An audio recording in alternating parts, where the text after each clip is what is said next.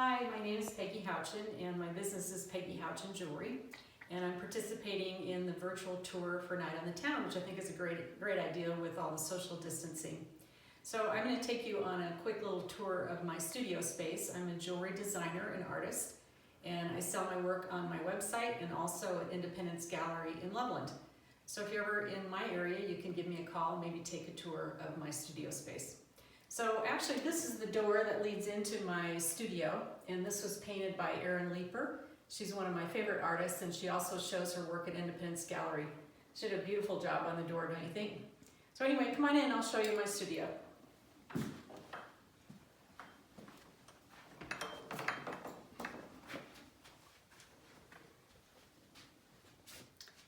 So I'm just going to take you around the room and show you the different equipment that I use to make jewelry. So I actually cut and polish my own rocks, and I have to have quite a few different types of machines. So I'll sort of just explain the different machines that I use and show you what they look like.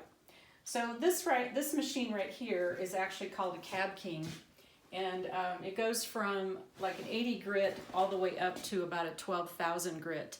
So what I do is I turn these on, and they have water going to them, and I actually start with the 80 grit and go all the way to the 12,000 grit and polish my rocks with these. So I would take a rock or something that I was polishing and start here and go all the way over to here, and by the time I get here I get a real high shine. So this is one of the machines that I use. So I'm going to just come around the room here, and this right here is also called my Diamond Pacific. So you can see I have two different lapidary machines for different purposes. So kind of the same thing as the one that I just showed you, just a little bit smaller machine. This one also starts at 80 grit, and then I have wheels that go all the way up to 50,000 grit. So I actually change these wheels off. This is all run on water, and same thing, I just use my rocks and I do my polishing from the 80 all the way to the 50,000. So over here, my husband's filming me, so hopefully it's looking okay. This is my workbench, and I'll talk a little bit more about this when we come back around to it. But this is where I spend pretty much 100% of my time when I'm not working on a few of these other machines. So I actually sit here and I do all my sawing. And let me just show you here real quick. This is a jeweler's saw, so this is what I saw my metal out with. And then I have lots of different files that I use. So I have files, and I actually cut my pieces out here, and then all my scrap silver falls down here. So this is where I spend a lot of my time. Over to the left here is actually where I do a lot of my stamping. You can see down at the bottom here I have all kinds of different types of stamps. And this has to be a real sturdy table because I actually stamp with a real heavy hammer over here on this steel plate. Okay, so going around the room a little bit more. More equipment that I have, and then also everywhere you see drawers, it's full of different types of equipment that I use, and saws and files. Over here is where I do all my soldering. I solder with an acetylene tank, and this is a pickle pot. So I do all my soldering here. I also have ventilation so that I can ventilate the air out of the room, and that's an important feature here. Coming around this way, this is actually one of my polishing machines. This is a pretty heavy duty machine, so I polish on both sides here, and this is mainly used for polishing my silver and making any cleanup that I need to do on the silver pieces. So right over here, this beast of a machine is actually used to cut my metal. So this is called a bench shear. So what I do is I put my metal down here, and then I use this beast to actually just cut pieces of my metal. So that's a pretty cool machine. You can see it's mounted, because it's such a heavy machine, it's mounted on a stump.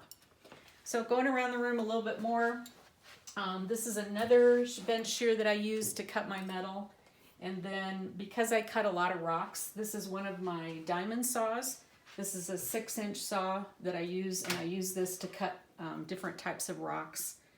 And then over here is also a 4-inch blade on this saw, so I can use this to cut my little pieces that I use for my inlay work. another polishing machine here, and then this is called a flat lap. I spent a lot of time standing here in front of this machine, and what I'd use this for, this is also powered and used with water. I use this to make my 45-degree angle and 90-degree angle cuts on my rocks. So let me show you just a few more pieces of equipment. I'll turn it around here. This machine here is called a rolling mill. So what I do is I texture my metal through these rollers. So I'll take my metal and use a pattern plate, and then I roll it through here on this machine. This one here, let me just uncover it. This is a hydraulic press, and I use this to make impressions in metal. This is a pretty heavy duty machine, and you can see that it's mounted on a really large stump. So that's primarily the equipment that I use, and I'm just going to have you come back over here and I'm going to show you some of my jewelry.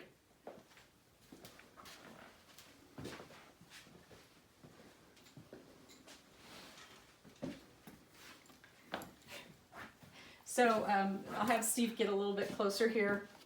These are pieces that are work in process. So this is going to be an inlay pendant, and I'm getting ready to solder the bail onto it. But then this area right here is what I'll be using to do my inlay work.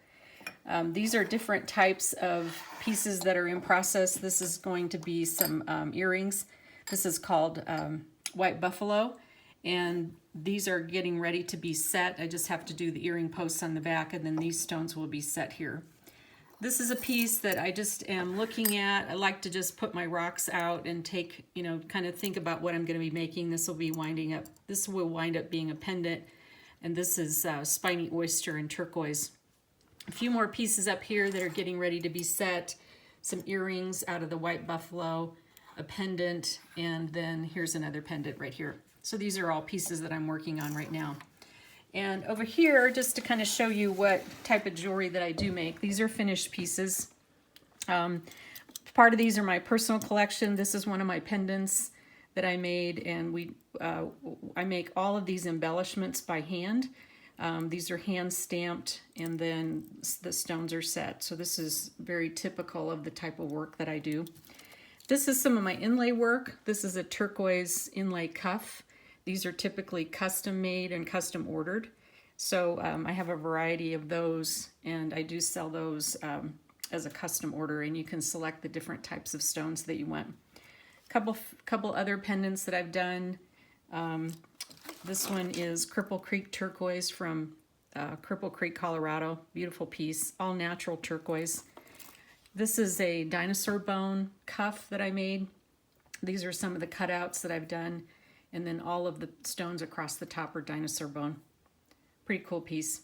Some of the rings, for example, there's one of the rings that I have on. This is a style that I do quite a bit of, and then this is another type of ring. These three pieces here, this is pretty typical of the work that I do.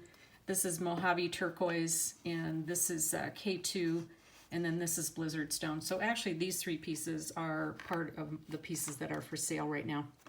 So that's kind of a little bit about what I do.